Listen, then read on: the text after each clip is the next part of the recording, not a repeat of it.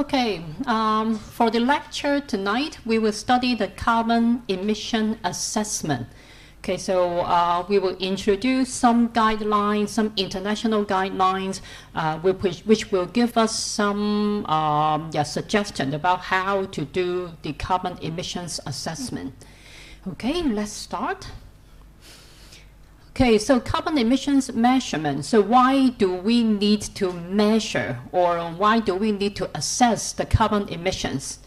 So maybe due to some international treaties, okay, like the Kyoto Protocol, so we have to manage the emissions, we have to assess how much carbon is being emitted, and then see if we can meet the target. Okay, or maybe it is the mandatory greenhouse gas reporting, okay, in some countries and for some big companies with large annual revenue, okay, they have to report their carbon emissions, okay, or maybe they have to report their emissions in the ESG report. Okay, ESG is the environmental, social, and governance reporting, okay, about sustainability performance. And the idea is that okay, we want to reduce the carbon emissions, right, due to the climate change, due to the global warming, and if we cannot measure it, we cannot manage it.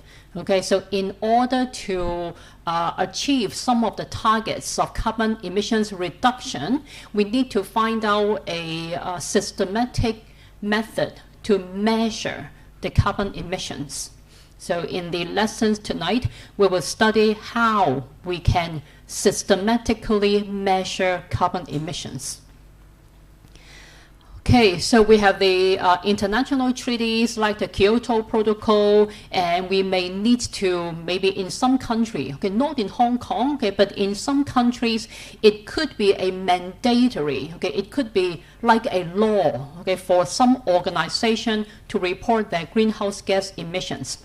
So a section of the Code of Federal Regulations in the US that requires certain facilities and suppliers to monitor and report their greenhouse gas emissions. So in the US, in some of the states, okay, companies or especially those energy suppliers, okay, they have to report their carbon emissions, their greenhouse gas emissions.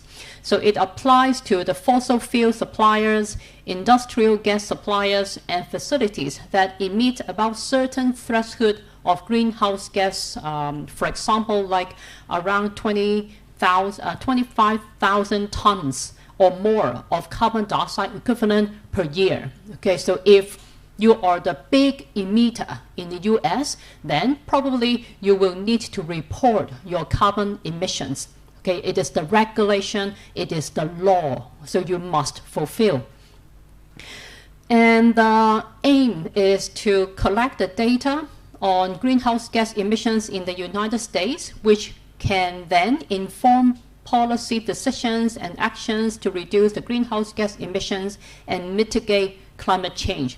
So for the big emitter, okay, they are responsible for a lot of carbon dioxide emissions. So for the US, so if they want to reduce their emissions, then of course they will target on these big emitter. They want to know what are the sources, what are the constitution of these greenhouse gas emissions. One example here is in California. Okay, California lawmakers passed the groundbreaking greenhouse gas emissions disclosure bill. So according to the news, it is said that in the US, so if the organization has a very high annual revenue and the high annual greenhouse gas emissions, then it is by the law that they have to report, they have to disclose their carbon dioxide emissions in the scope 1, scope 2, and also scope 3. Okay, scope 1, 2, 3, they are about direct emissions, indirect emissions about energy or electricity consumption, and scope 3 would be other indirect emissions. So in the lecture today, I think in the second half of the lectures, we will learn what are actually Scope 1, Scope 2, and Scope 3 emissions. If you have noticed the news or some reports about carbon emissions, you may have come across the term Scope 1, Scope 2, Scope 3. Okay, so we will learn what are they today. And because of this law, so many companies in the US will have to measure their carbon emissions seriously, okay, like the Walmart or the Apple, okay, they are the big emitter. Okay, so international treaties and then maybe mandatory regulations, and maybe it's due to the ESG reporting, okay, such that we have to assess the carbon emissions. So ESG reporting is the disclosure of information about business operation in relation these three areas, okay, governance, social, and environmental, okay, environmental, social, governance. So we call it ESG. Maybe you have heard of this term already. So in Hong Kong, some of the listing company has to publish the ESG report. Okay, the goal of the ESG reporting is to use data to measure how a company's ESG initiative compare with the industry benchmark and the targets. Okay, so for the public, okay, to make some decision, okay, like maybe for the listed company, okay, you want to invest in certain company, okay, and you will want to know what are their impact to the environment, or what would be the impact by the climate change to the business of that company. Okay, then you can refer to the ESG report. So it provides the stakeholder with valuable insight that can inform decision making, highlighting potential opportunities and the risk that might affect the valuation of a company. Okay, when you want to determine something, whether to invest in that company or not, okay, then you can refer to the ESG report. Okay, and the ESG report will have some descriptions, some reports on the three areas, okay, including environmental. Okay, for the social, so the social, it will be about the like the diversity, okay, like the gender and cultural diversity, and maybe data protection, privacy, or maybe services to the community. Okay, these are the social aspect. And then for the governance aspect, it's more about the political contribution, the leadership of the company, the board composition of the company.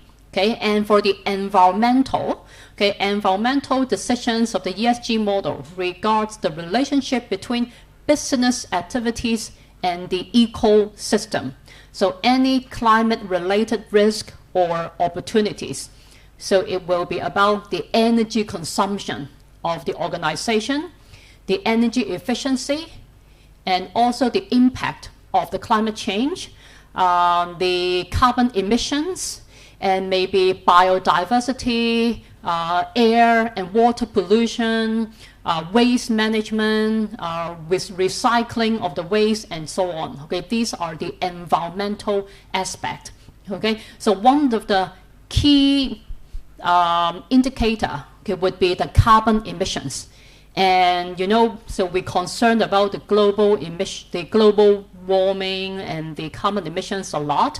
So the carbon emissions is actually one of the aspects which draw a lot of attention from the public. Hong Kong Exchange and Clearing require listed companies to disclose the ESG information of the companies. So the report, which will be published annually every year, should contain all the information set out mandatory disclosure requirements.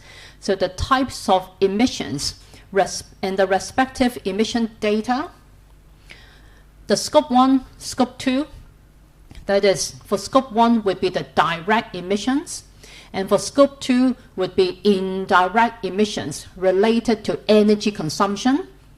Okay, and the description of emissions targets set and steps taken to achieve them.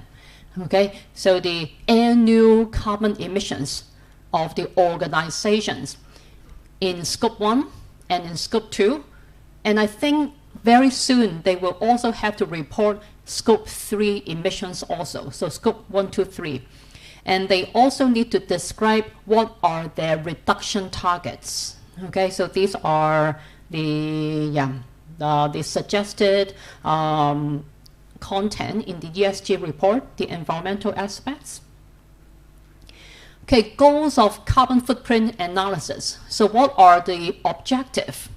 So it is to identify important sources of emissions. Okay, sources of emissions. So which would be maybe the inside the buildings. Okay, we have different types of equipment which will consume energy, consume electricity. So they are the sources of emissions. Or it may be for a factory. Okay, there are different equipments, different manufacturing plants that may burn diesel oil, or maybe they will consume electricity. So these are also sources of carbon emissions. Or it may be some companies owned different transportation vehicles. Okay, maybe cars. Okay, maybe airplanes, maybe ships. Okay, these are also emission sources. Okay, so identify the sources of emissions and prioritize areas of emissions reduction and increasing efficiency. Okay, so this is one of the targets. And begin adapting to a post-carbon world by reducing the greenhouse gas emissions and the organization's reliance on energy and fossil fuel. Okay, so we are switching to a decarbonized society. Okay, we want to switch from the fossil fuel to renewable energy. Okay, so these kind of carbon footprint analysis will also give us an idea. Okay, what are the steps? Okay, how far are we to the to a society without the use of fossil fuel? Okay, increase business competitiveness through reduced energy costs and optimize use of raw materials. So so business competitiveness. So maybe in the future, the government will enforce the carbon tax, okay, or maybe some other policy. Okay, so how will the company react, or what are the impact of these policies to the business? Okay, so in order to estimate the impact by this policy, then you have to assess the carbon footprint emissions of the company. Improve the corporate image, so we care about sustainability, okay, energy saving, environmental conservation. So for those environment conscious customer, okay, maybe they will buy things from those green company. Okay, they will only buy green product. So if a corporate can demonstrate that they have low carbon emissions, or maybe they have a target to reduce their carbon emissions, then it could improve their corporate image. And reduce pollution through reduced energy usage and the application of clean and renewable energy sources. Okay, so these are the goals or the targets of carbon footprint analysis.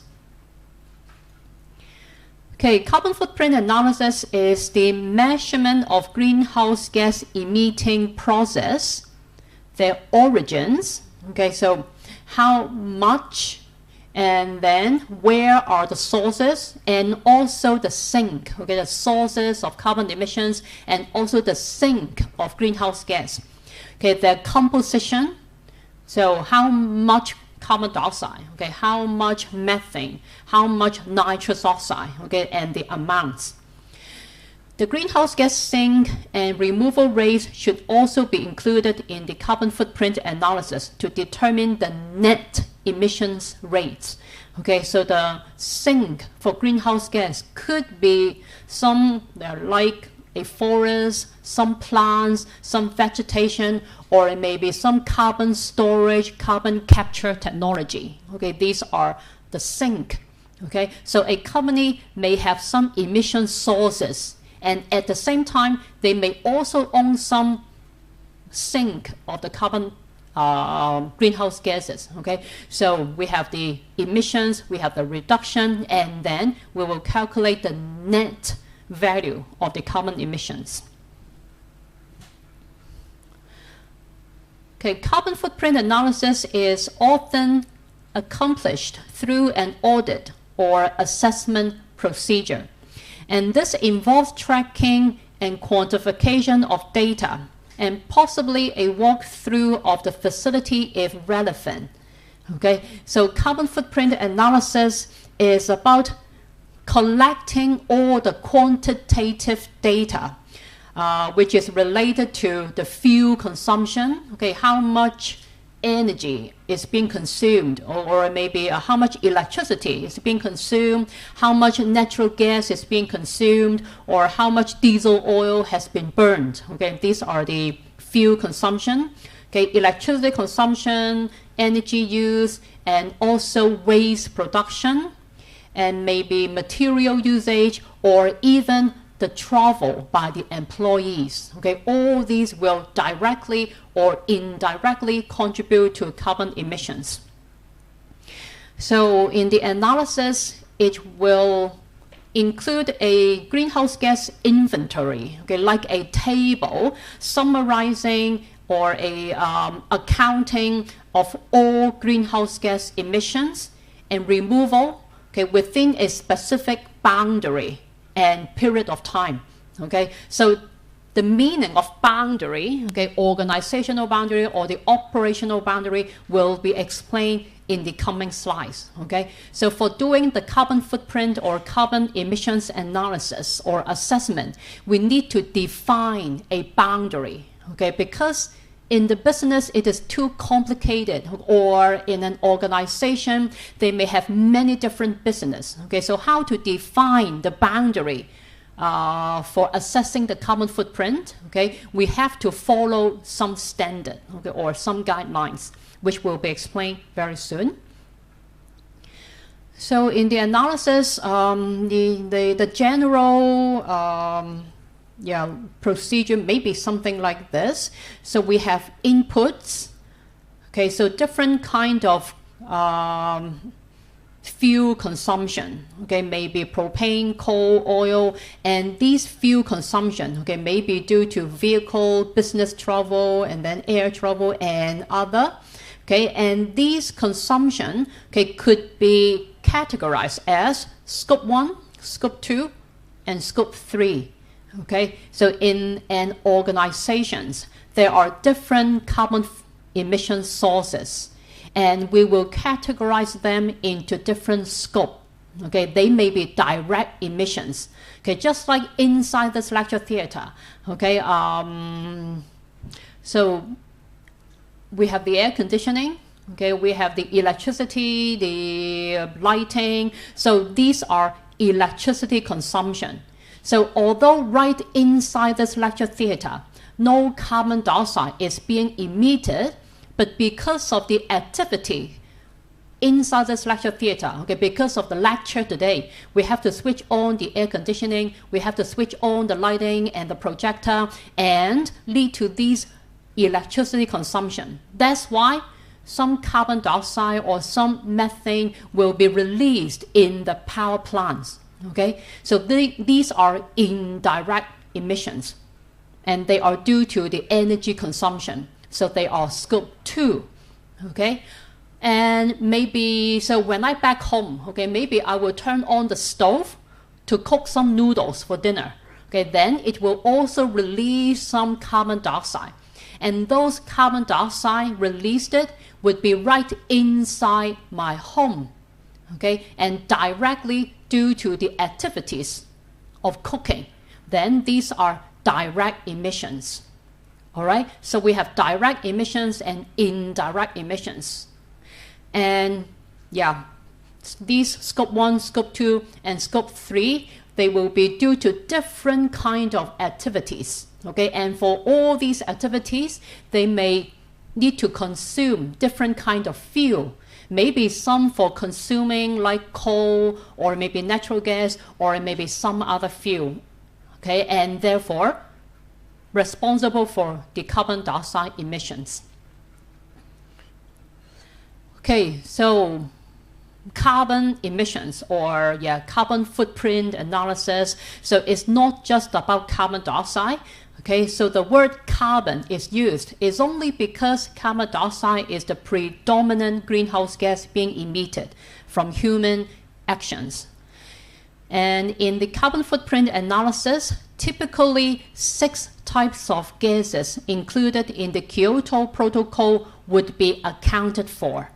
Okay, so we will have a greenhouse gas inventory which include all these 6 kinds of greenhouse gases, which include the carbon dioxide, of course, and then the methane, nitrous oxide, and other anthropogenic gases, okay, artificial or man-made gases, such as the SF6, hydrofluorocarbons, okay, which are commonly used in the refrigerants, and also the fluorocarbon. Okay, so these are the 6 types of greenhouse gases as defined by the Kyoto Protocol. Okay, so I think in the lectures earlier, we have learned the term carbon dioxide equivalent. Okay, it is a very, very important term for carbon assessment. Okay, and it is because different greenhouse gas have various radiative forcing. Okay, that is the rate of trapping heat at the atmosphere. Okay, and the atmospheric lifetime are also different. So in the previous slides, we have learned that there are different kinds of greenhouse gases. So it means that in the atmosphere, okay, we have different kinds of gas which will contribute to greenhouse effect. Okay, which will contribute to greenhouse effect. And it is because they can absorb the heat, okay, kind of absorb the heat and then release the heat sometimes later, okay? And these radiative forcing, okay, that is the ability to trap the heat and then release the heat, okay? So this ability will vary among different kind of gas. Okay, some kind of gas will have stronger radiative forcing. So it means that when they exist in the atmosphere, they will lead to stronger global warming, stronger greenhouse effect, okay, for the same amount of gas. And some of the gas may also last longer period of time in the atmosphere. Okay, they will have a longer lifetime, shorter lifetime. So anyway, different kind of greenhouse gases, they have different radiative forcing, okay, different heat trapping ability, and they also have different lifetime. So we cannot just add up the mass of the gas, okay, it will not be fair, okay, so we have to like using some corrective or some conversion factor, okay, so as to convert them into the same unit, then we can add them up, okay? So in order to make meaningful comparison between different kinds of greenhouse gases, carbon dioxide is used as a benchmark for measuring the heat trapping ability of all kinds of greenhouse gases. And a time span of 100 years is typically used. So we are comparing the heat trapping ability of all kinds of gases with the heat trapping ability of carbon dioxide in 100 years time, okay?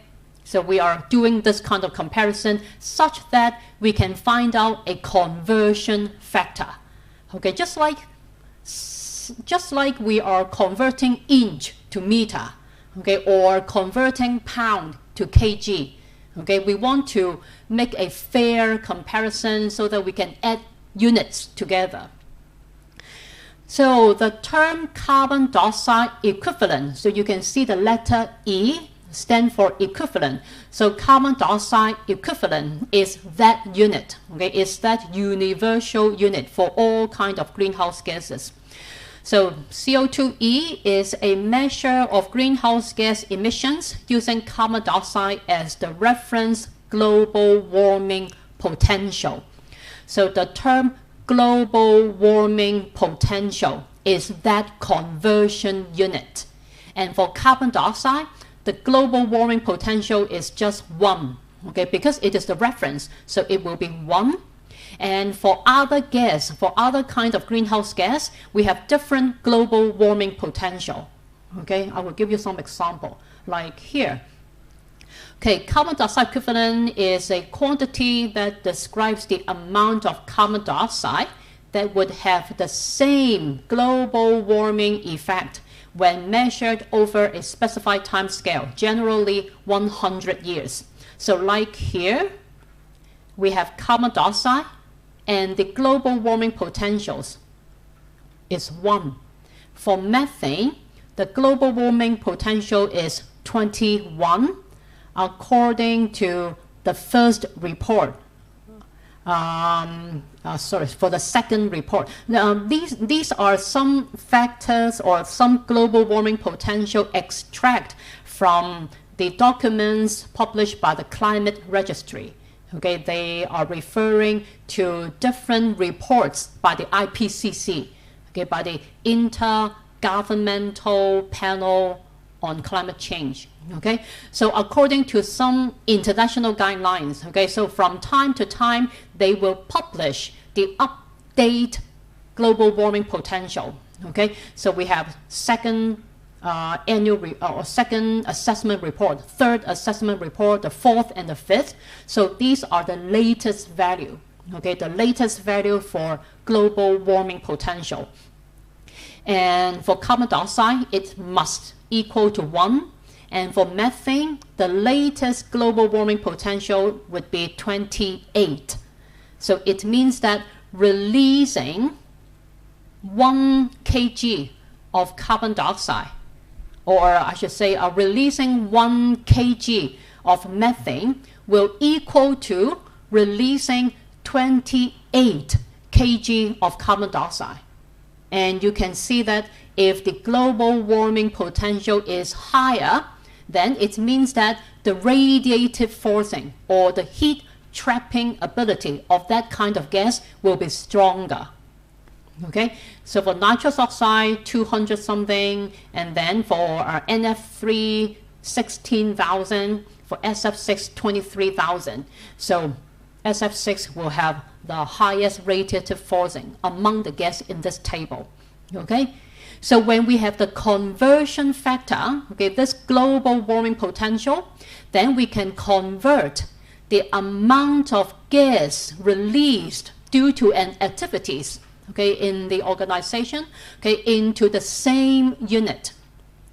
So maybe we have a factory, okay, where we have a manufacturing plant operating, okay, and then for this manufacturing plant, maybe there are some industrial process going on such that these kind of gas will be released, okay, in the manufacturing process. Okay, maybe carbon dioxide, maybe 10 ton, okay, and then methane, maybe 3 ton, and then nitrous oxide, 5 ton, and so on. Okay, so we will convert these amount into the same unit, okay, carbon dioxide equivalent, okay, by multiplying with the global warming potential.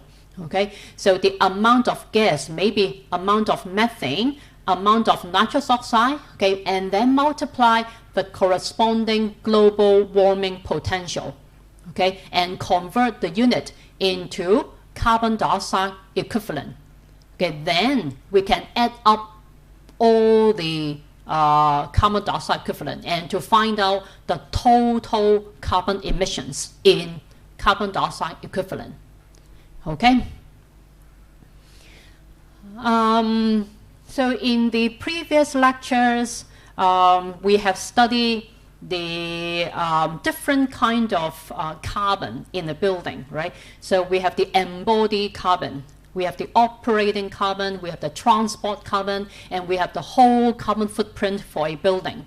And this is a life cycle concept. Okay, like for the embodied carbon, okay, the embodied carbon of a building will include the carbon emissions due to the extraction of the raw materials, and then the processing, the manufacturing of that material, transportation, and also including the disposal of the material. Okay, all carbon emissions due to all these processes, okay, would be a life cycle assessment.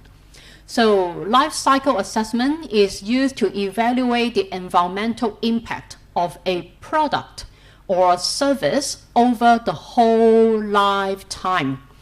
And the whole life cycle will include the raw material extraction, material processing, production, manufacturing, assembly, to use, operation, okay, maybe we have some refurbishment, maybe renovation, maintenance, okay, and also disposal, end of life, okay, the whole life cycle. In the global warming potential impact category, emissions from different greenhouse gases are expressed as carbon dioxide equivalent. Okay, so life cycle assessment is not only for carbon emissions. Okay, life cycle assessment will be used for different kinds of impact category, and climate change is only one of them. Okay, so there are many others like human toxicity, or maybe ozone depletion, or maybe the acid rain, or maybe pollution. Okay, so life cycle assessment is a concept that we use for assessing the environmental impact, and carbon emissions or climate change is only one of the impact categories. So environmental impacts typically involve not just global warming, but also other types of impacts, okay, such as eutrophication. Okay, that is, we are adding more and more minerals to the water, and then it may reduce the oxygen, okay, the level of oxygen in the water, something like that. Okay, acidification, human toxicity, terrestrial toxicity, and land use, and many others. Okay, just like here, we have different kind of impact category. Okay, climate change, ozone depletion, human toxicity, and then the PM, and then many others. Okay, so climate change is only one of the impact category, and for climate change, typically we will be using carbon dioxide equivalent for the assessment. All right, and these impact categories, okay, maybe lead to different kind of, like damage to human health, maybe due to climate change and also ozone depletion and also human toxicity, okay, and many others. And then for damage to the ecosystem and diversity, maybe due to climate change, and then the ionizing radiation ecosystem, and the photochemical ozone formation, and then acidification and others. Okay, so different impact may lead to different kind of damage. Okay, and all these kind of impact category could be assessed using the life cycle concept. All right. Okay, for life cycle assessment, it is primarily for analysis of products. Okay, because it is fairly simple to identify all the life cycle phases. Okay, for example, I want to assess the carbon emissions in a life cycle concept for this product. Okay, so this is rather simple. Okay, I can tell that, okay, it is made of plastic, and then maybe these nylon or other rubber and so on. Okay, and then I will have to find out what are the carbon emissions for producing these raw materials, and then where are they manufactured, and then the transportation process, the emissions due to all these life cycle stages, and how will I dispose this product. Okay, then this is the whole life cycle concept, and for every stage in the life cycle, I find out the carbon emissions. Okay, so it will be comparatively more simple for using the life cycle concept for a product. Okay, but for like for persons, for organization, for companies, for a community, the life cycle phases would be very long. Okay, like for a building, the life of a building could be 50, 60 years or even longer. So it is impossible to determine all the life cycle stages and all the inputs and outputs of the building. Okay, in the previous lecture, you will know that we have to make a lot of assumption for doing those assessment, right? We have to make many assumptions for assessing the operating carbon and then the embodied carbon and so on. Okay, so if you really need to seriously or accurately assess the carbon emissions in the building, then the life cycle concept may not be too practical. Okay, and there are also indirect emissions from upstream and downstream process, and they are very difficult to accurately quantify. So upstream process would be the activities or the products that you buy. Okay, like I want to assess the carbon emissions of polyU. Okay, then for the operation of polyU, we have to purchase a lot of products, right? Like the food, like the furnitures, and many products that we buy. Okay, and then because of the consumptions of these products, we will lead to carbon emissions.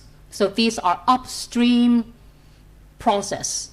Okay, and the downstream would be the things that we sell. Okay, so if it is a shop, okay, maybe selling stationery, okay, then the carbon emissions due to the product that we sell, okay, would be the downstream process. Okay, the emissions due to the downstream process. So when we sell some stationery to the customer, so how they use it, how they dispose it will affect the carbon emissions, right? So we have the upstream and the downstream. Okay, something we buy, something we sell. Okay.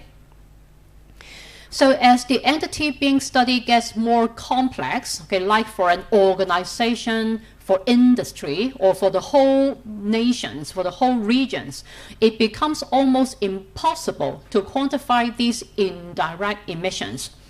So the upstream and the downstream process, they are indirect emissions. Okay, so when we buy the furniture, okay, so the carbon emissions due to the manufacturing, due to the transportations of these products, they are indirect emissions. Or it may be when I sell some stationery to my customer, so the emissions due to disposing these products by my customer would also be indirect emissions. Okay, so there are direct emissions and many different kinds of indirect emissions. Okay, so so we have to clearly define the scopes and boundary. So this lesson is mostly about how to define the boundary for carbon emissions assessment.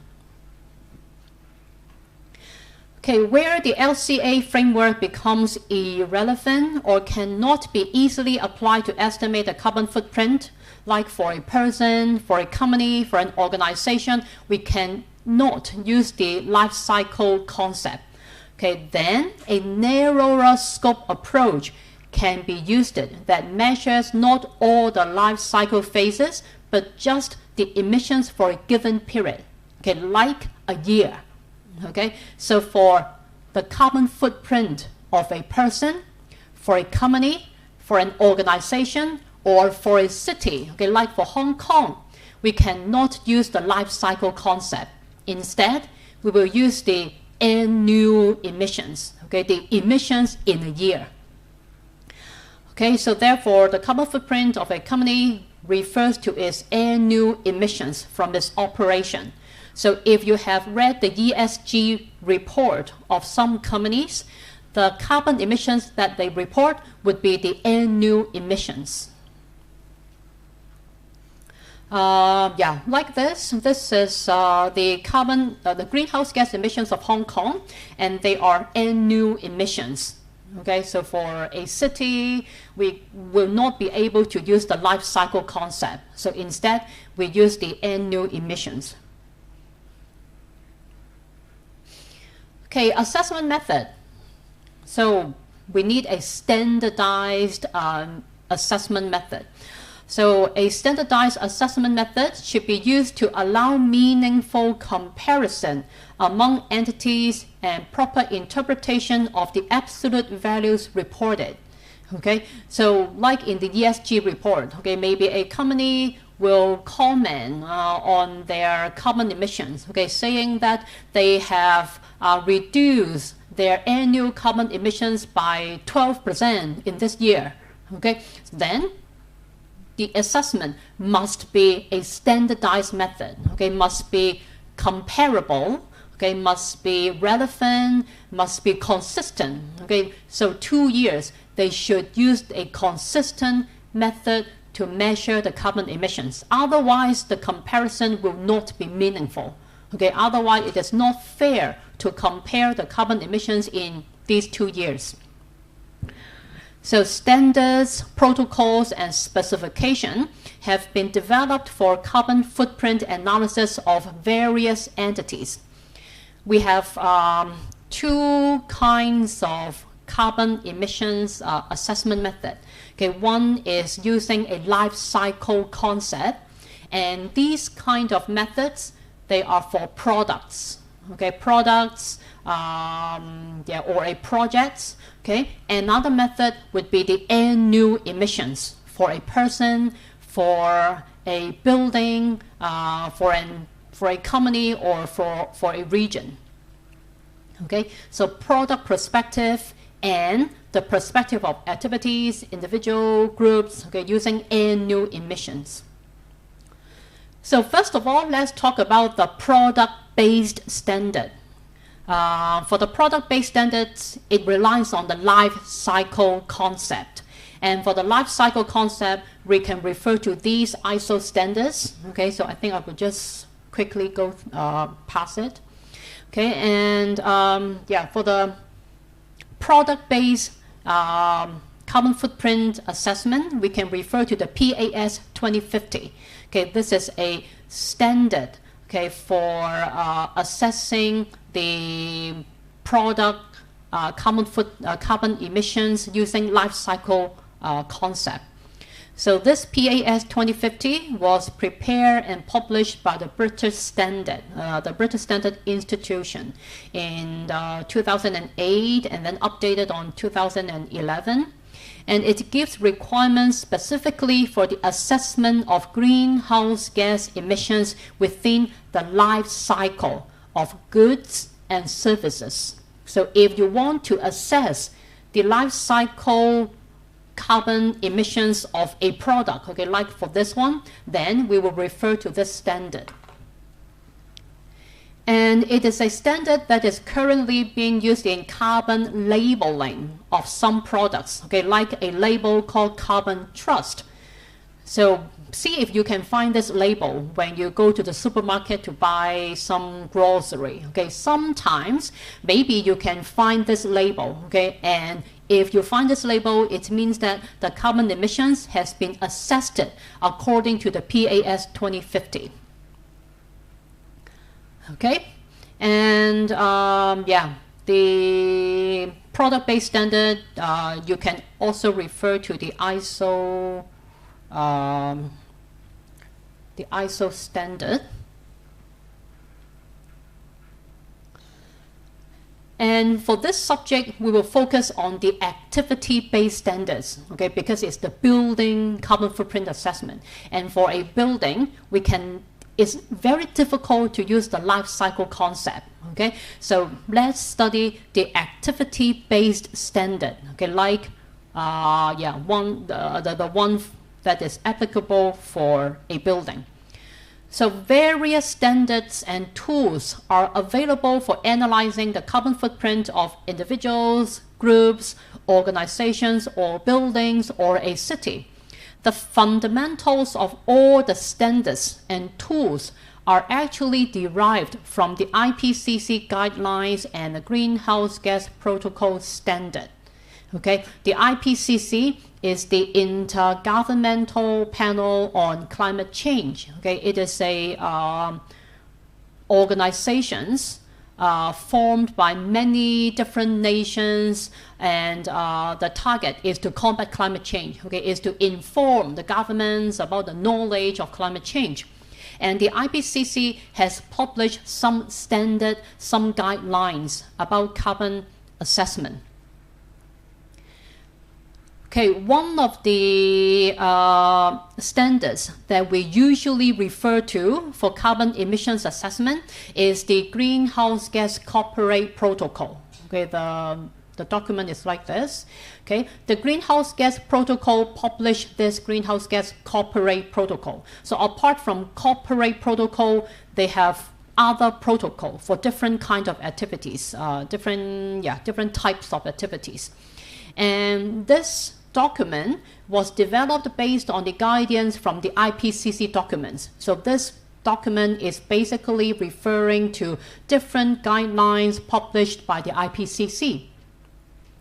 Okay, it provides requirements and guidance for companies and other organizations preparing a corporate level greenhouse gas emissions inventory.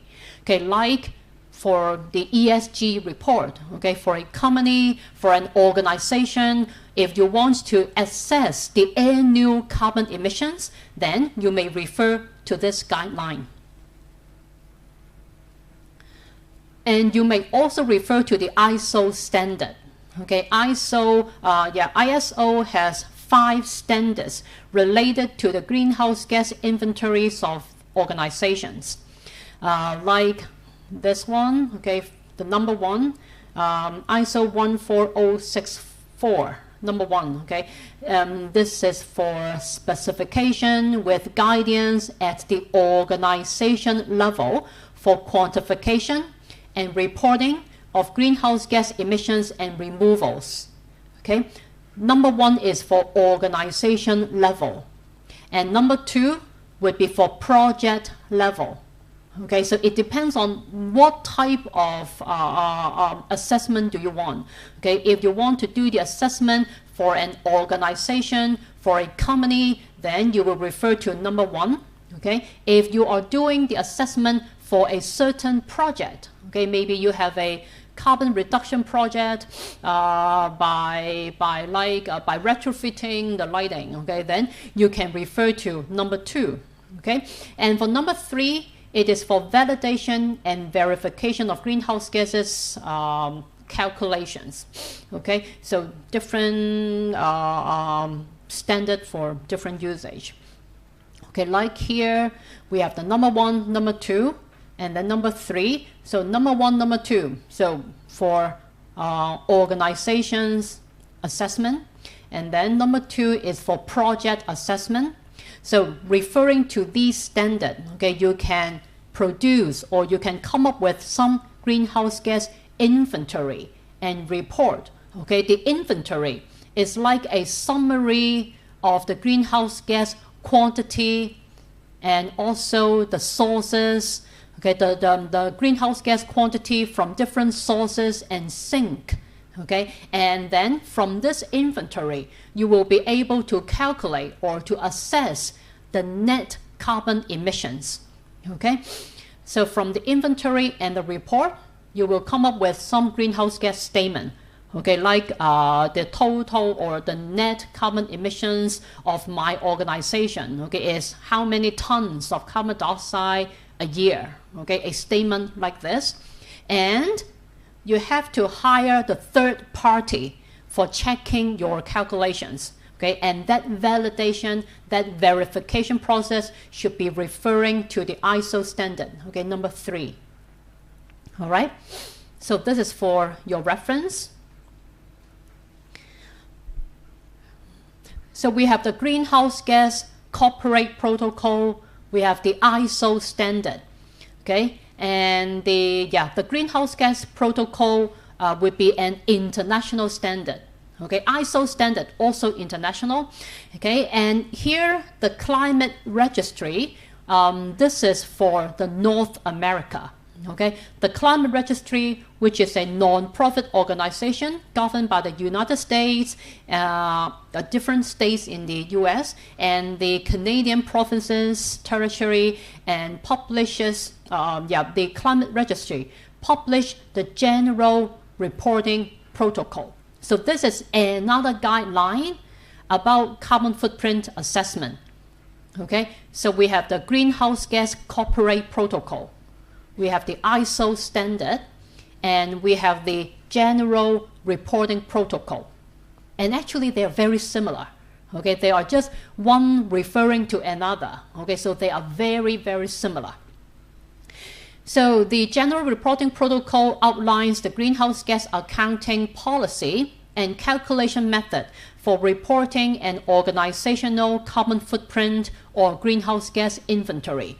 Okay, so for the Greenhouse Gas Corporate Protocol, that international standard, okay, the ISO standard or the General Reporting Protocol, they are just some guidelines for you to assess the carbon emissions of an organization or of a building or of a company, okay?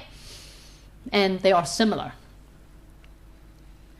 The Climate Registry also publish a list of default emissions factor for the measurement and report of carbon emissions inventory.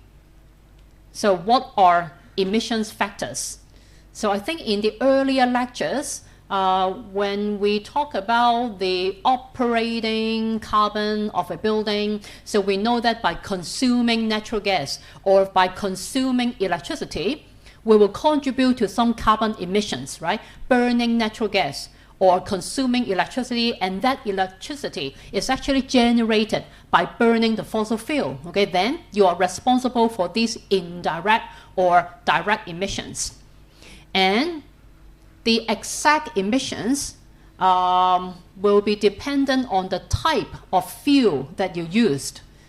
So just like in Hong Kong, okay, we have two electricity provider, okay, the CLP and the HEC. So like me, okay, I live in Sha Tin, so I buy electricity from the CLP. And for the CLP, they have their own emission factors. So by consuming like every kilowatt hour of energy, how much carbon dioxide equivalent will be generated. Okay, this is the emission factor. And if you live in the Hong Kong island, then you are buying electricity from the HEC, and they have their own emission factors. Because these two companies will adopt different fuel mix.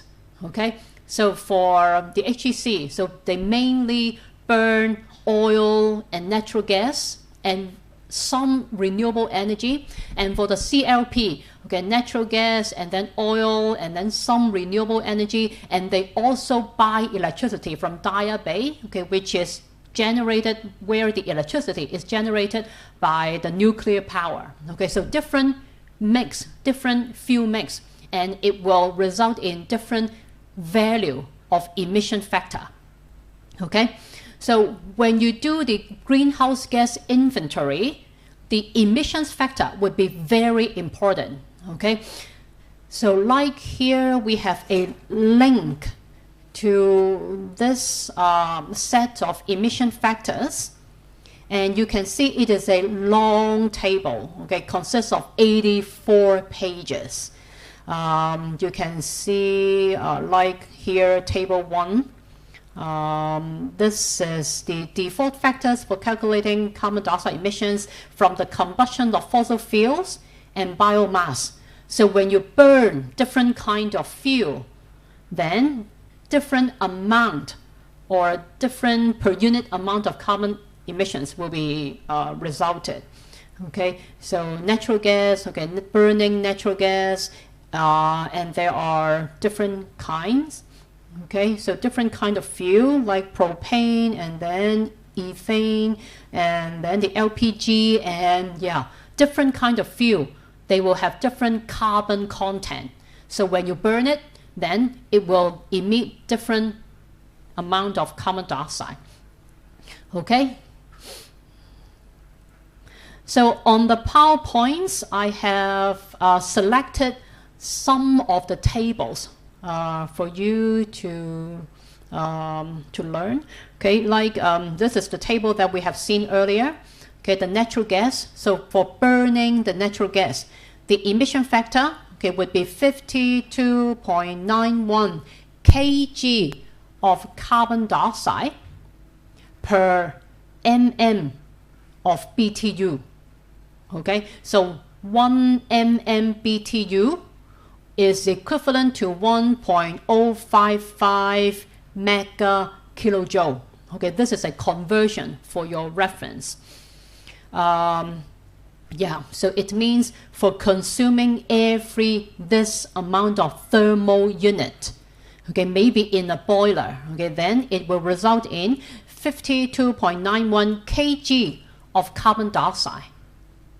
Okay, and you can see that the unit is carbon dioxide, not carbon dioxide equivalent.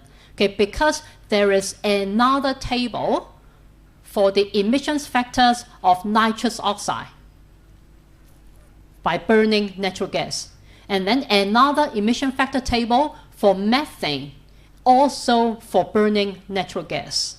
Okay, so there are many tables in this document. Okay, the next one, they are the emissions factor for methane and nitrous oxide. Okay, this one is for biomass, burning wood, and then this one is for natural gas, okay, for the boiler. Okay, so the emissions will be 0.9 gram of methane for every 1 BTU of thermal units. Okay, and here this unit is gram. So earlier is kg, and then this one is gram, and you cannot directly add them together, okay, because they have different unit. So earlier this is kg of carbon dioxide, and then here is gram of methane. Okay, so you have to convert gram into kg and also multiply by the global warming potential. Okay, then you can convert them into carbon dioxide equivalent. Okay, kg, okay, every kg of carbon dioxide equivalent. Okay, and in this table, this is the emissions factor for combustions of transport fuels. Okay, so for the cars, for the vehicles, maybe you use gasoline, maybe you use diesel fuel, then for every 1 gallon of the gasoline that you consumed, then it will emit like 8.78 kg of carbon dioxide.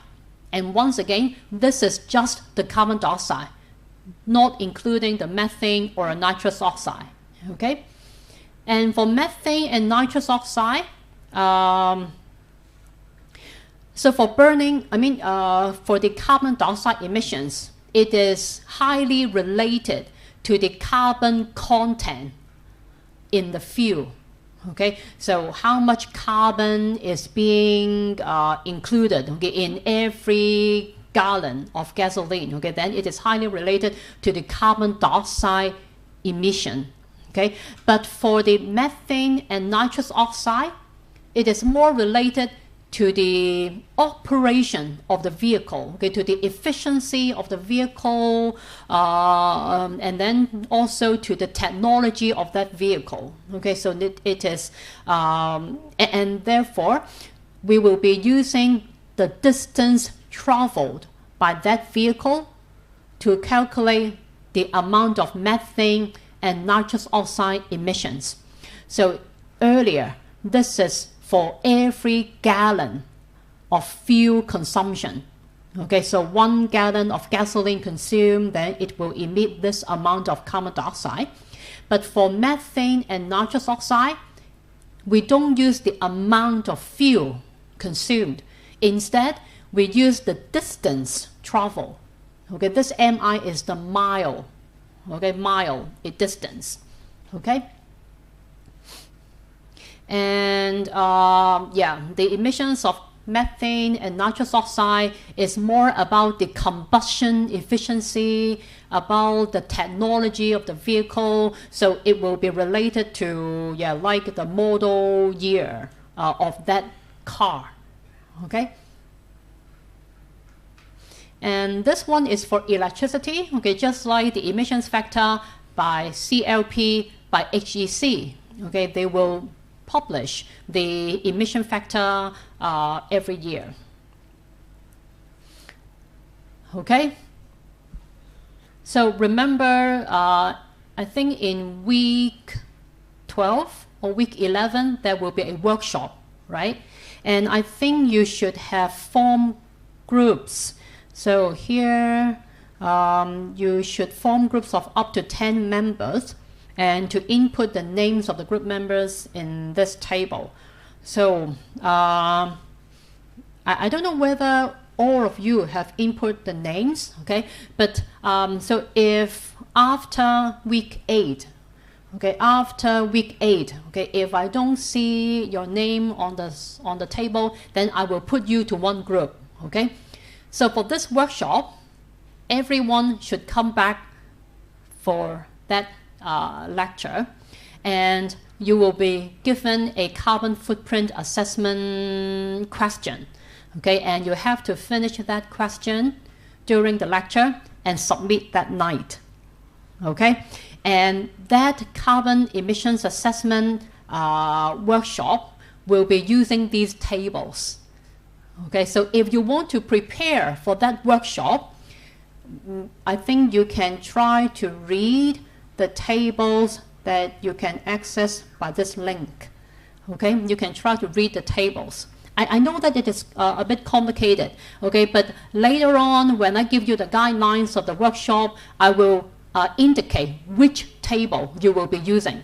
So in this document, there are over 80 number of pages, but many of the tables you don't need to use, okay? You don't need to use most of the tables, okay? So later I will identify which table you need to use, okay?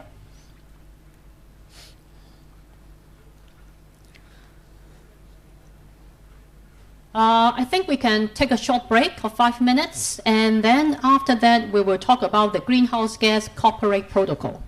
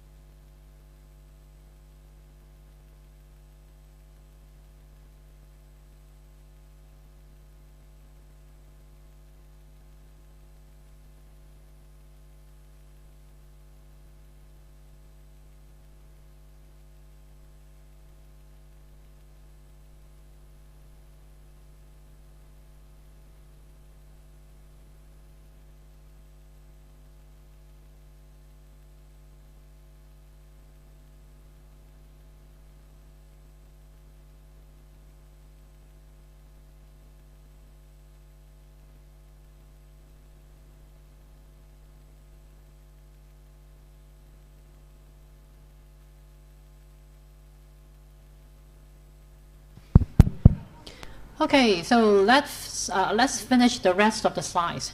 So for this lecture is the most important concept is about how to define the boundary for the carbon emissions assessment. And there are different kinds of boundary. Okay, we have organizational boundary and operational boundary. Okay, so in the coming few slides, we will understand, okay, we will learn how to define or what are the differences between different organizational boundary and operational boundary. Okay, and we will be using the Greenhouse Gas Corporate Protocol as an example. Okay, and as I have mentioned, the Greenhouse Gas Protocol, the ISO standard, or the General Reporting Protocol, they are very similar. Okay, so the Greenhouse Gas Protocol, okay, understanding the Greenhouse Gas Corporate Protocol and the perspective of the Greenhouse Gas Protocol initiative can give a solid foundation of the greenhouse gas inventory methodology.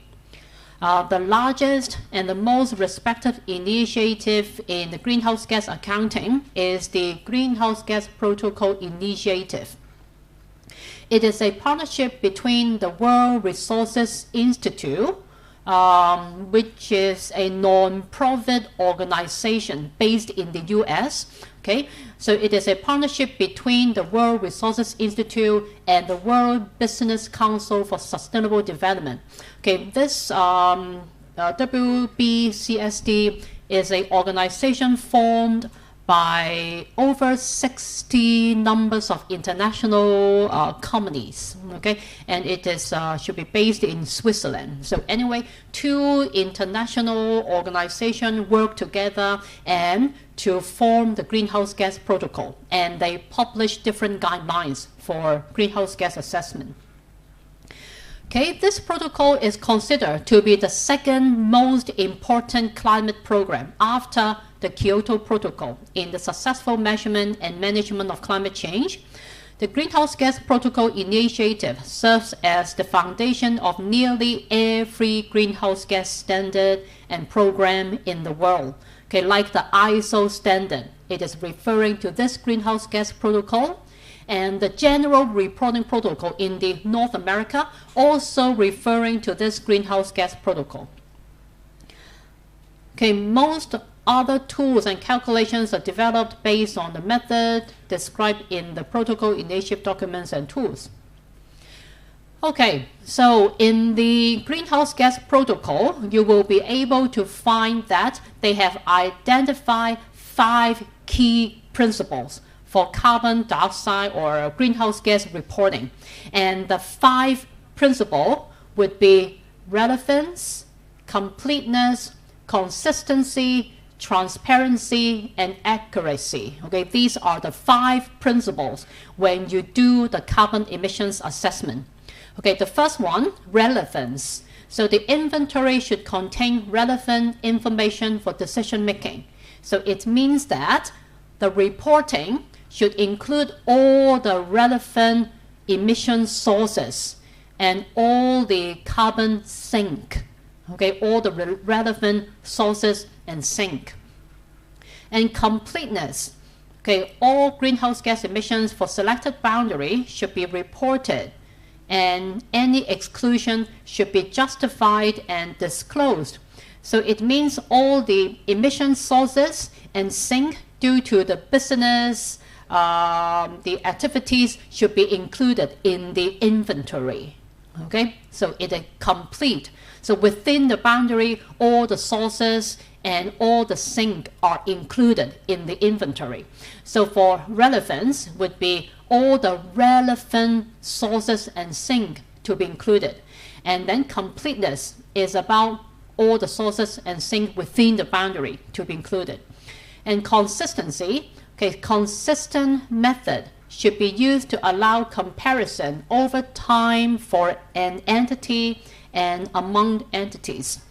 So from time to time, we may compare the annual carbon footprint with the previous years, or maybe with some benchmarking years. And therefore, it is important that over the years, we are using the same assessment method. Okay, same assessment method, same assumption, same boundary. Then we will be able to compare over the years. Okay, otherwise the comparison will not be meaningful. Okay, and then transparency. Sufficient information should be presented to enable internal reviewers and external verifiers to determine the creditability of the work. So disclose the relevant information. Okay, disclose any assumptions, any sufficient information in order for the third party to verify whether your calculations is valid or not. And the last one, accuracy. Okay, emissions should not be systematically under or overestimated to enable users to make decisions with reasonable assurance. So this is just about using relevant data, okay, reliable emissions factor, local emissions factor for doing the calculations. Okay, just like if the building is located in the Hong Kong island, okay, then for the electricity, it will be supplied by the HEC. So the emissions factor should be referring to that of HEC, but not CLP. Okay, so use the correct emissions factor as far as possible, using local emissions factor for the calculations. Then the assessment will be more accurate. So relevance, completeness, consistency, transparency, and the accuracy would be the 5 reporting principles. Okay, there are many different kinds of greenhouse gases, and under the greenhouse gas protocol, we will be studying these 6 types of greenhouse gas only. Okay, so carbon dioxide, methane, nitrous oxide, hydrofluorocarbon, perfluorocarbons, and the CF6. And they have different greenhouse gas radiative forcing. Okay, the different kinds of greenhouse gases will have different heat trapping ability, and that's why we have to apply the global warming potential. Okay, like here, I think these are not the most updated value, okay, but just an example. So while each of these gases have a warming impact at the atmosphere, the extent of this warming depends on both the gas type and the amount. So as to calculate one ultimate impact, the emissions from all greenhouse gases are normalized, okay, or corrected, okay, converted into the carbon dioxide equivalent, okay, 1 unit carbon dioxide equivalent.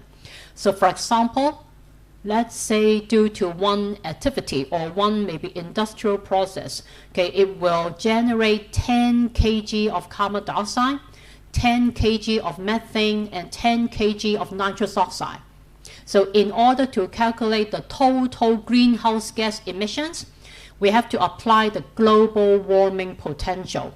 So for carbon dioxide, the global warming potential must be 1.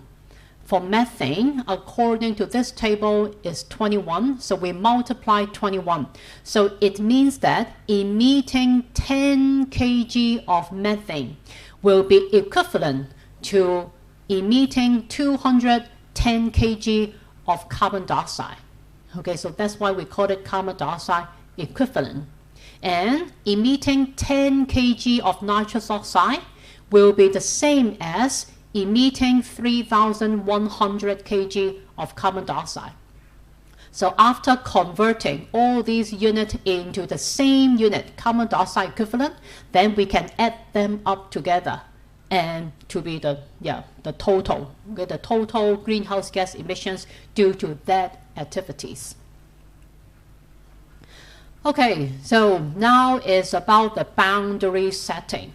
Okay, for a business, for a company, it may have many subsidiary company, and many carbon emission sources and sink. So which one should be included and which one should not be included? So it's all about the boundary. Okay, so boundaries determine the necessary data for the inventory and should match the goals of the project. So defining the scope, which emission sources to be included, and we have to ensure the consistency and comparability in reporting. Okay, so when we set the boundary for the assessment, then in the next year, okay, when we do the assessment once again, we should use the same boundary. Okay, if you want to change the boundary setting, then you have to report it clearly. Okay, because of the transparency, right? So for one of the reporting principle is transparency. So you have to make sure that the readers understand all the assumptions in the calculations. So for the organizational boundary, for the boundary setting, there are different kinds. Okay, we have organizational boundary, operational boundary, and the temporal boundary. Okay, organizational boundary is about, okay, so sometimes a company could be a very big parent company. Okay, under the umbrella of this company, there may be some subsidiary company, and other companies may be owned by that mother company, or maybe they have certain shares of the other companies. So which company should be included? Okay, if included, what are the percentage? Okay, should I include all the carbon emissions due to that small company, but I only own like maybe 10% share of that company? Then it will not be fair, okay, or it depends on the goals of that company. Okay, so you have to determine, okay, how you define which organization to be included in the report. Okay, so it's about the organizational boundary.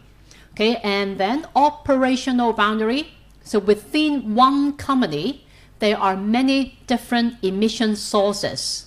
Okay, maybe some are the stationary sources, like maybe a boiler, okay, boiling natural gas. Okay, so this is a stationary sources. Or it may be it is a manufacturing plant. Okay, so during the industrial process, maybe carbon dioxide will be emitted. Okay, so these are stationary sources. And there could also be some, like due to transportation. Okay, maybe a company owns some cars. Okay, maybe for shuttle bus service for a company. Okay, so should these shuttle bus service, should the emissions due to these shuttle bus be included? Okay, so these are about the operational boundary. Okay, so which equipment, which sources to be included in the report. Okay, so it's the operational boundary. And the temporal boundary is the time frame. Okay, it's the time frame. So usually it is a annual emissions, right? So annual emissions assessment. So whether it is from 1st of January to 31st of December, or maybe from 1st of July to 30th of June. So what are the time frame of the assessment? Then it is about a temporal boundary. So I think temporal boundary is more simple. Okay, so we will spend most of the time studying organizational boundary and operational boundary. Okay, first of all, for organizational boundary, so a mother company may own many different companies. Okay, and which one? Okay, should I include all of them? Okay, or some of them? So you need to have some systematic definition for the boundary.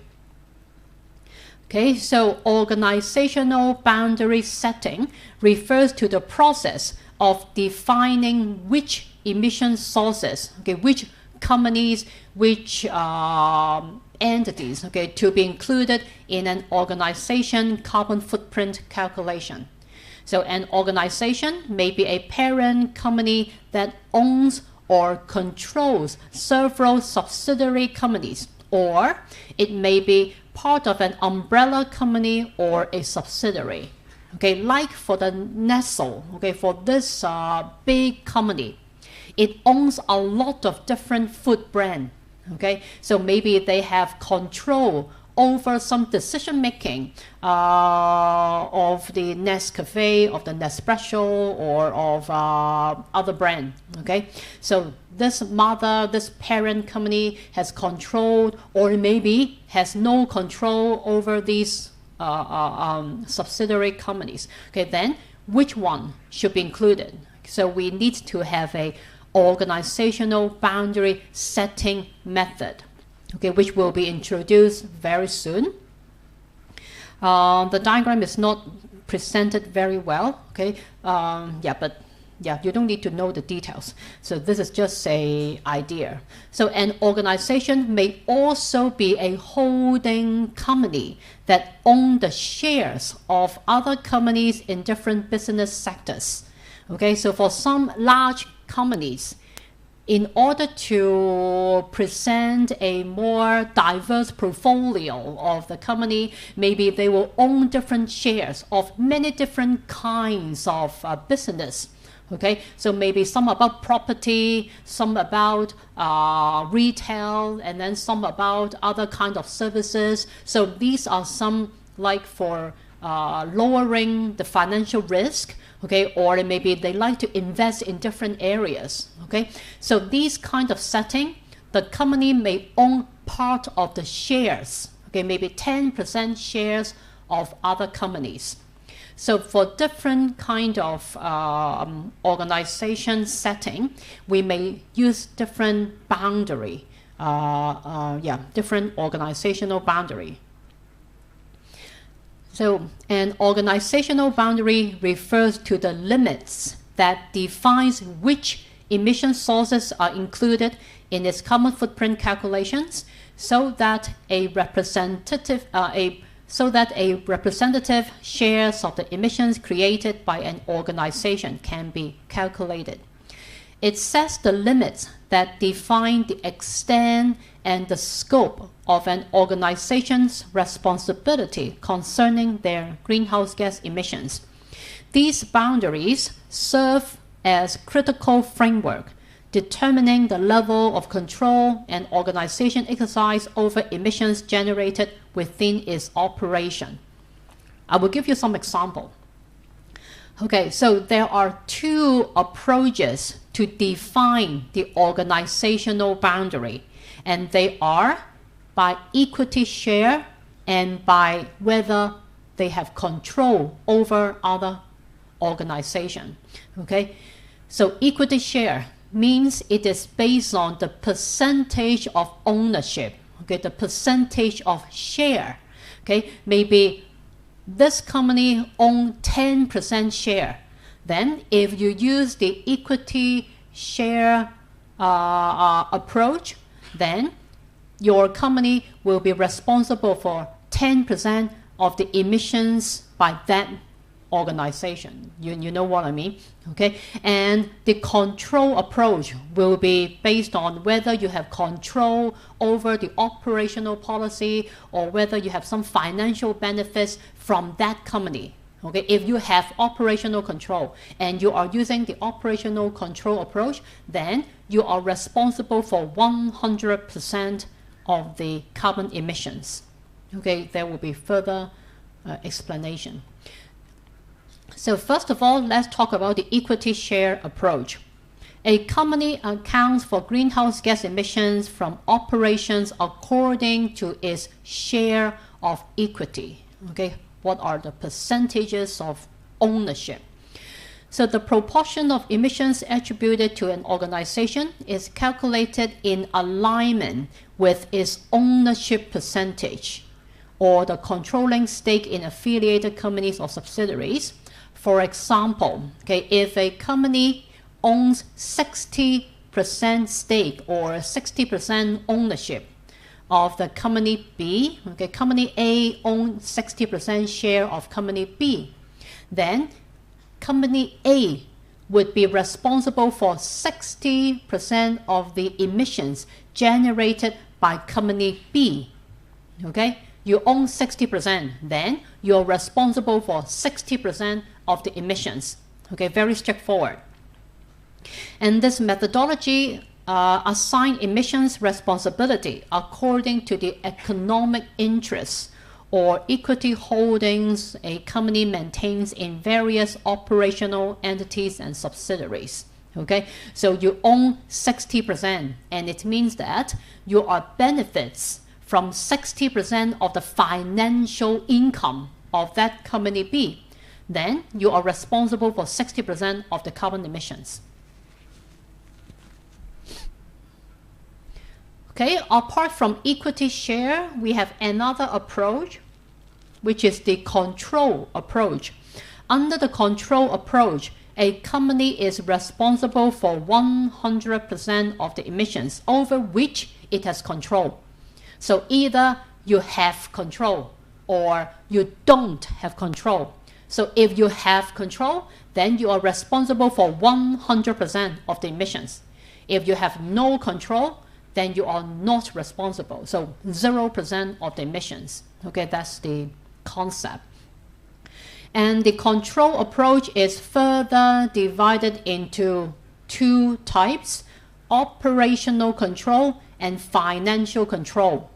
So if you have operational control, then you are responsible for 100%. And you have operational control may not necessarily means you have financial control. Okay, so you just have the authority to determine some operational strategies, or maybe you own the license for that companies, or maybe you're responsible for some decision makings about the business operation. Okay, then you have the operational control. And for financial control is that you will gain some financial benefits from that company. Okay, so so operational control and financial control. So financial control, a company is considered under financial control boundary if it retains the majority of the risk and rewards of ownership of the operation asset and has overall control of the financial policies. Okay, so just some general description or general definition of what is financial control. And it does not necessarily mean the company is a majority owner in an organization. Okay, so the percentage of equity and whether it has financial control, they are different concepts. And for operational control, organizations with operational control have the authority to make decisions about the operations of a facility or activities. Okay, so all direct emissions from the facilities and operations under operational control are included in the organization carbon footprint. Okay, so the definitions of financial control and operational control may be a bit unclear. Okay, but for this subject, if you are going to do some calculations, and the question will tell you whether they have operational control and whether they have financial control clearly. Okay, it was just a statement. Okay, company A has financial control, company B has operational control over some other entity. Okay, so this is an example. Like if you are using the equity share approach, and if your company owns 60% of the share, then your company will be responsible for 60% of the emissions. Okay, straightforward. And for the control approach, so if you have the authority to implement some operating principles, then you have the operational control and you are account for 100% of the emissions. And if you are using financial control and your company has the ability to direct financial and operational policy, then you are also accounting for 100% of the emissions. Okay? So a company, an organization, okay, has to determine which approach you are going for. Okay, whether you will be using equity share approach or operational control or financial control. Okay, not all of them, but only one of them. Okay, and you should stick with the same control approach or same equity share approach over the years. So the approach for setting the organizational boundary depends on whether the analysis is being done for private or public sector. For private sector, a company may choose either equity share or operational control or financial control. But if it is a public sector, then probably you will be using control approach. The organizational boundary approach selected should be consistently used instead of switching back and forth or mixing the two approaches. Okay, so this year you're using equity share. Then next year and the years coming should be also using the equity share. Okay, then you will be able to make a fair comparison over the years. Okay. So we have finished the organization approach, and the next kind of, the organizational boundary. Okay, and the next type of boundary would be the operational boundary setting. Okay, and it's about scope 1, scope 2, and scope 3.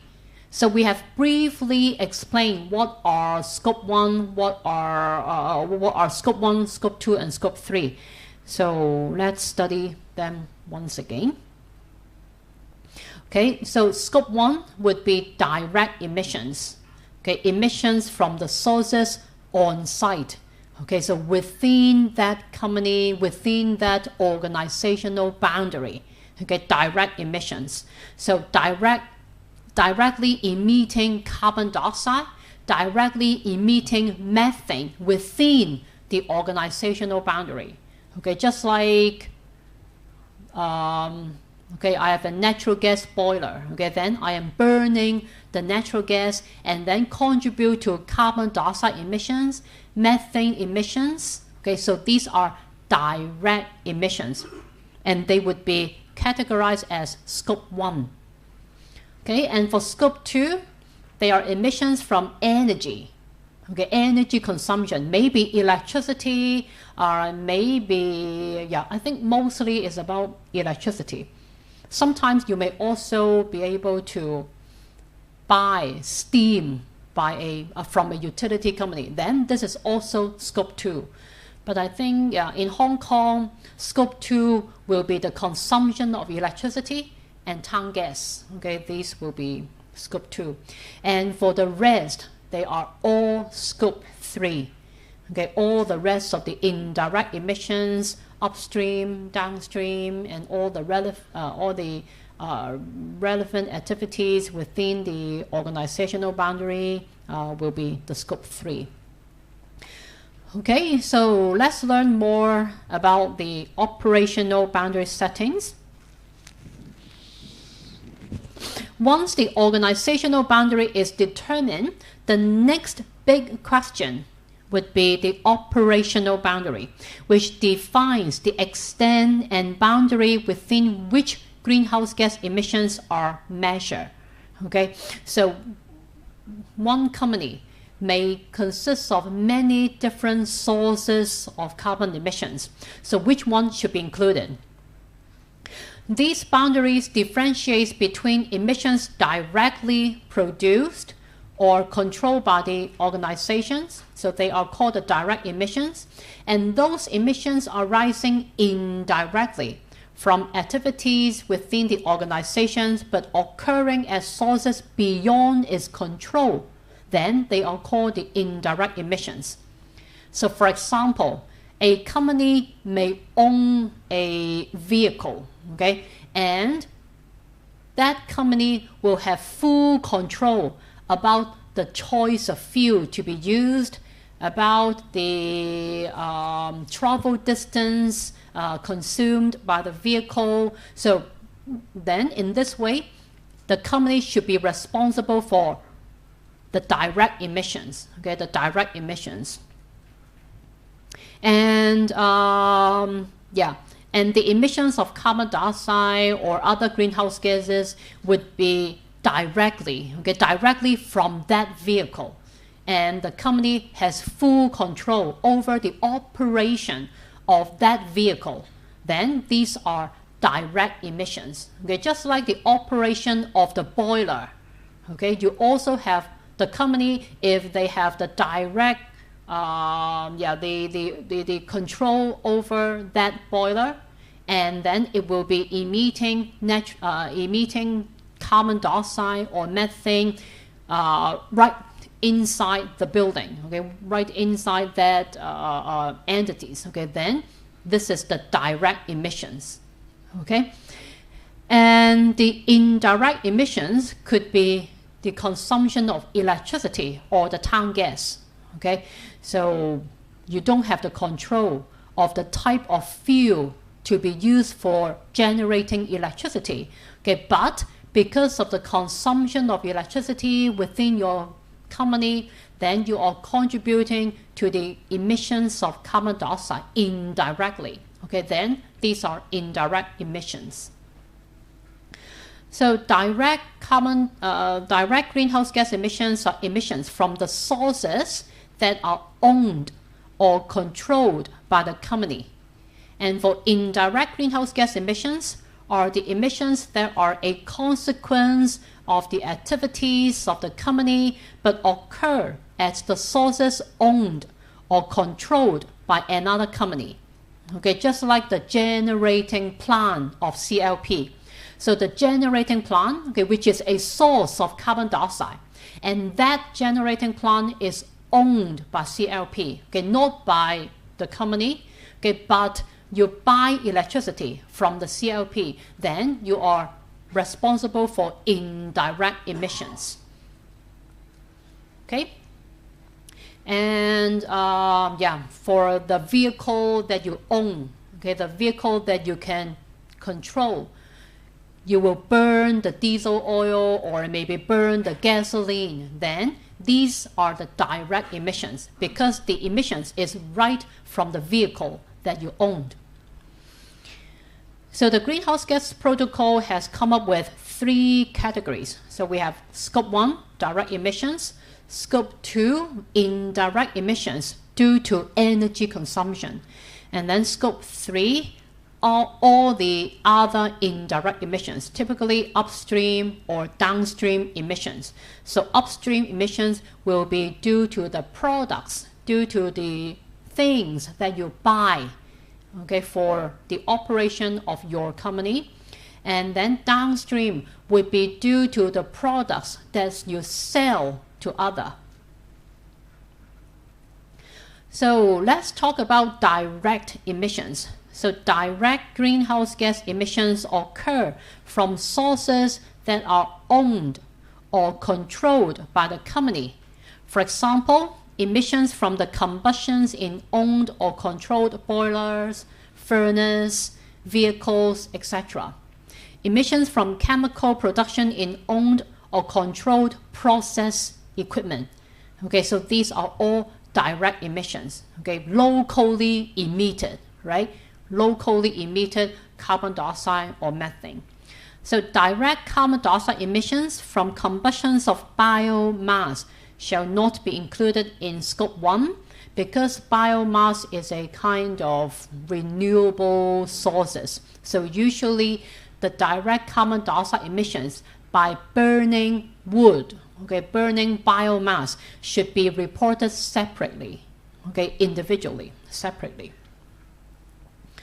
So for the direct emissions, it may include the emissions due to mobile combustions from vehicles, process emissions due to different industrial process, maybe fugitive emissions from the refrigeration and other chemicals, okay, like the hydrofluorocarbons, okay, some leakage of the refrigerant, and then contribute to the greenhouse gas emissions. So these are direct emissions. Agriculture, okay, using some fertilizer may also generate the emissions of like nitrous oxide.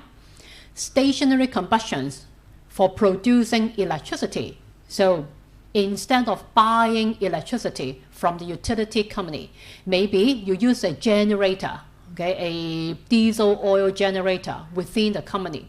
Then it will be contributing to direct emissions, okay, because it is generated from the the emissions due to the diesel oil generator, and you own that generator. then it is the direct emissions. Okay, or maybe you own a boiler for producing heat, for producing steam. Okay, then these are all direct emissions. Okay. And scope 2, electricity indirect greenhouse gas emissions. So scope 2 accounts for greenhouse gas emissions from the generation of purchased energy. Okay, could be purchased electricity or purchased energy like purchased steam or heating and cooling. Okay, and these energy consumed by the company, then that company will be contribute to indirect emissions. So purchased electricity is defined as electricity that is purchased or otherwise brought into the organizational boundary of the company. So scope 2 is very easy. Just check the electricity bill, the town gas bill, and then using the emission factor converted into the carbon dioxide equivalent, then you will be able to calculate the scope 2 emissions. Okay, so over scope 1, scope 2, scope 3. Okay, scope 2 emissions is the easiest to calculate because it is directly related to your bill of electricity and town gas. Okay, and yeah, scope 2 emissions physically occur at the facility where the electricity is generated. So the emissions actually occur far away from your building. Okay, occur right at the electricity generating plant. Okay, but you are responsible for that emissions indirectly because you are consuming those electricity generated. Okay, so these are scope 2.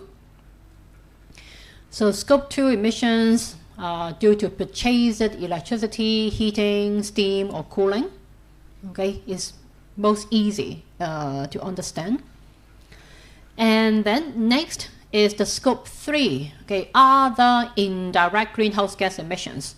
Okay, for scope 3, it is an optional reporting category, but I think in the coming future it will be mandatory. Okay, scope 3 is very difficult to estimate, to assess. Okay, but I think in the future it will be mandatory to do the scope 3 reporting.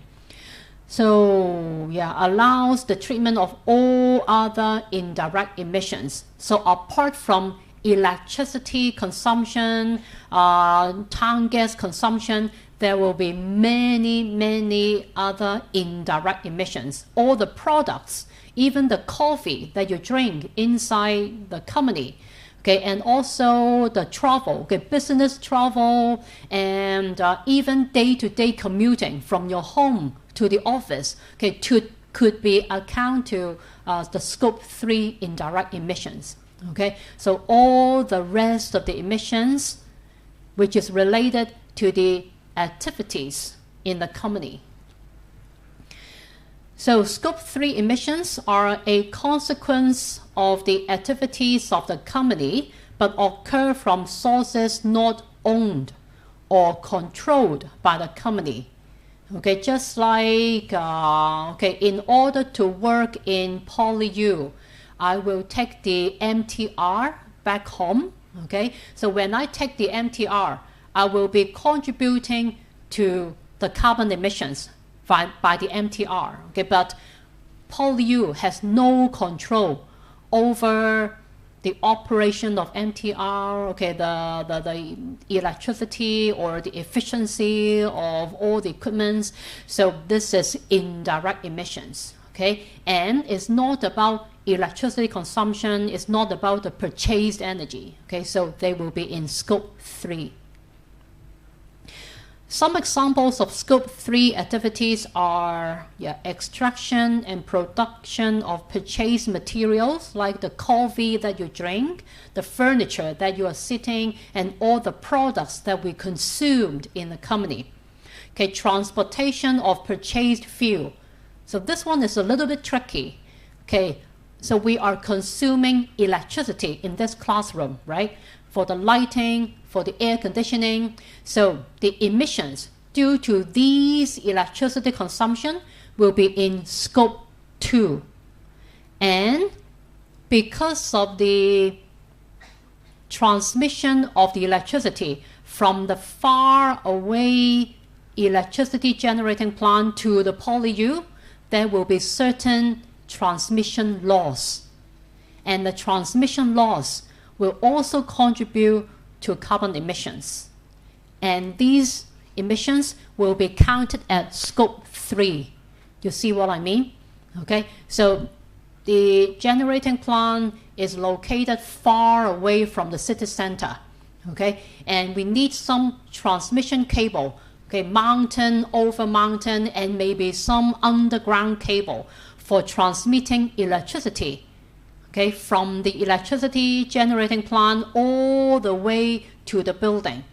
And then it is a long distance. And these transmission cable will have certain resistance. And any conductors having resistance will have transmission loss, okay, just I square R, all right? So these transmission loss will then be part of the carbon dioxide emissions, okay, will be part of the carbon dioxide emissions. But these are not the purchased electricity, because I didn't consume those electricity. Those electricity has been lost on the way of transmission, okay? So not scope 2, and therefore they will be counted in scope 3. Okay, you are responsible for part of the transmission loss because you consume the electricity. You are buying the electricity, so the utility company send or transmit these electricity to your building. And then over the whole transmission process, there will be some loss. So you will be responsible for part of these loss. And they are classified as scope 3. Okay, the use of sold products and services. So these are downstream process. So maybe your company is a manufacturing company for some products. Okay, maybe a water bottle, and you sell the water bottle to your customer. So how your customer use the water bottle and then dispose them, and these emissions would be in scope 3. Okay, so the scope 3 other indirect emissions would be the waste related, okay, the rubbish, the A4 paper you throw away every day, solid waste, and also the wastewater. Okay, so we need to spend energy for treating the wastewater before we discharge it to the sea. So these will be some energy consumption and therefore emissions implication. Okay, employee commuting or business travel. So how you go to work, what kind of transport do you take, whether you walk or you take the taxi or the MTR and so, or maybe you will travel to other countries for business trip. Okay, so you take the airplane. So these carbon emissions will be scope 3. Distribution losses from the purchased electricity. So these are the loss in the transmission cables. Okay, upstream emissions from directly financed purchase of materials and fuel. So for the company operation, you buy food, you buy paper, stationery, you consume water, and then you consume some other products. So all these will be counted as scope 3. Okay, so for a company, okay, maybe a large parent company own, so let's say we are using equity share, okay, so 100% owning company A, B, C, and D. Then this parent company will be responsible for 100% of the carbon emissions for company A, B, C, and D, right? And for company A, okay, it operates a ship fleet. And for company B, it operates a power generation unit and it owns a building. And for company C, it owns a car fleet. And for company D, it owns a leased factory. and it owned a building, okay? And within these building or equipment or vehicles, there will be some carbon dioxide emissions. Okay, maybe under direct emissions or indirect emissions. So all these will be included in the greenhouse gas inventory. Okay, so the first part, the upper part would be the organizational boundary.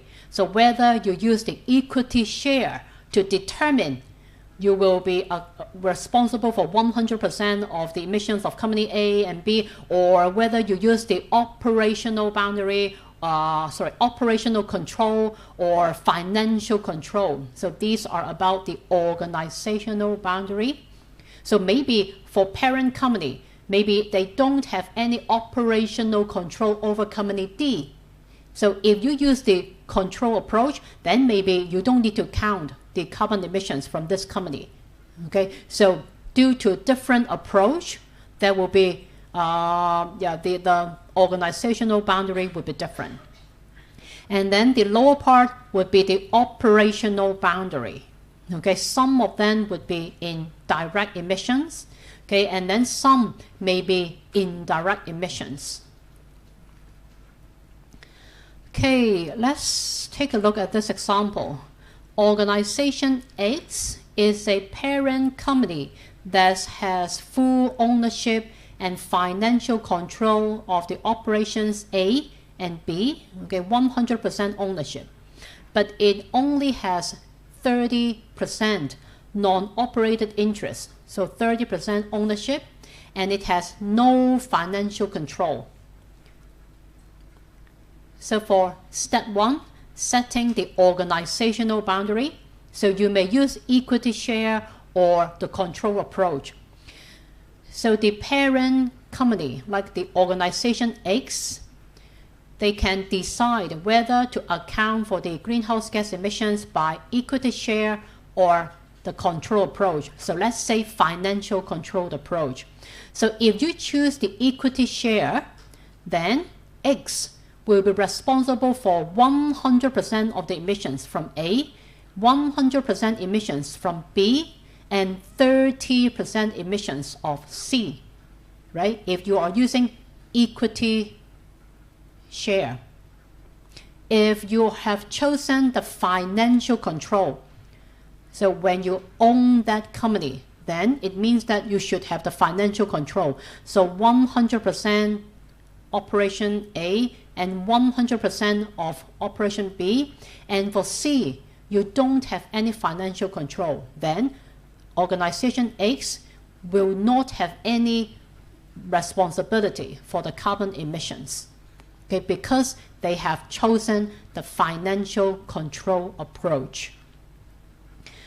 Okay, so if financial control is chosen, then X would account for only A and B emissions, but not C, because just has no financial control.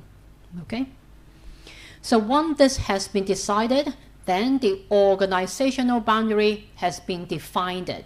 Okay, so choosing equity share approach or controlled approach, and then to decide the percentage of every company,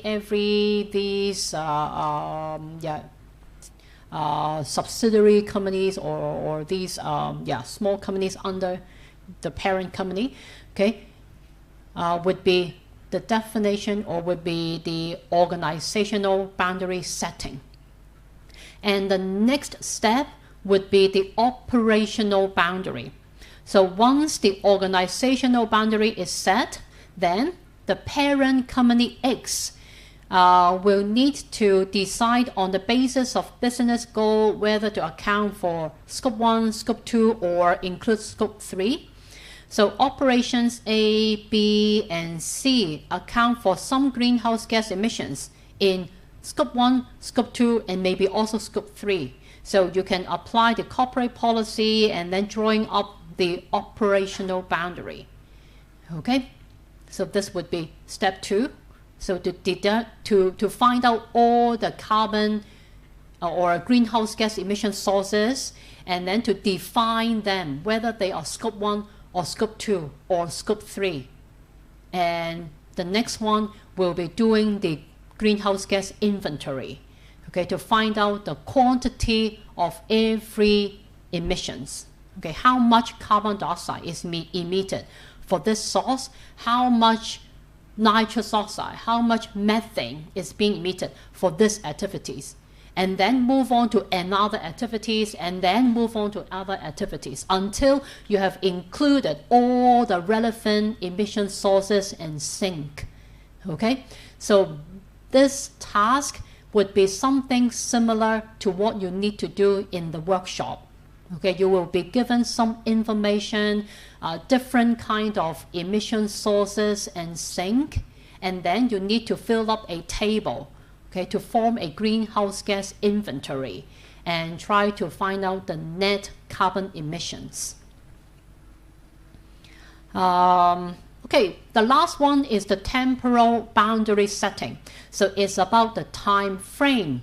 So very often we will want to compare the performance of carbon emissions in different years. Okay, like for the financial years 2022, it is used as the base year, and then for the year 2030, okay, maybe our target, okay, our carbon emission target, okay, is to reduce 42%, okay, comparing to the base year. Okay, then you have to define the time frame of your carbon assessment. So the third type of boundary that needs to be considered is the time frame and the base year. The time frame can be a fiscal year, can be a calendar year from the first day of the year to the end, to the last day of the year, or another defined reporting period. A base year is selected, which then serves as the reference point for tracking emissions and setting targets. Like earlier, 2022 is used as the base year for comparison. The base year is used to track progress towards reduction goals. Reduction goals are set in reference to the base year.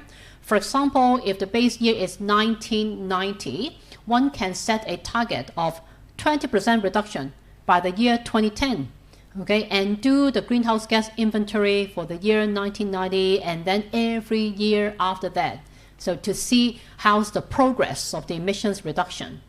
And if you have read the Climate Action Plan 2050 published by the Hong Kong government, they have set a target of reducing 50% of the carbon footprint, and it is actually referring to 2005. Okay, so this is the base year. Okay, so for every carbon reduction target, we have a certain base year.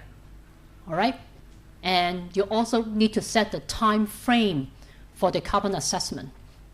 Okay, so I think most importantly today, we have talked about how to define, how to set the organizational boundary, and then how to define the operational boundary, which are Scope 1, Scope 2, and Scope 3 emissions. Okay, and then lastly, the temporal boundary, the time frame, and the base year.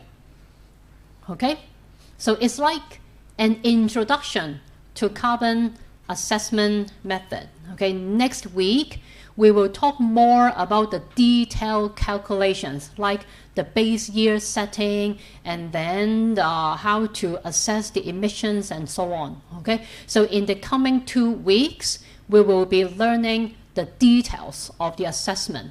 Okay, so once again, if you have time, you may read that long table published by the Climate Registry. Okay, we will be using that set of tables in the workshop. Okay, and for the workshop, yeah, please be reminded to fill in your group member's name before week 8. Okay, so after next Sunday, I will disable this link. Okay, and if I don't see the names of some of you in the table, then I will just put you in some random groups. Okay, so that's it, and I will see you next week.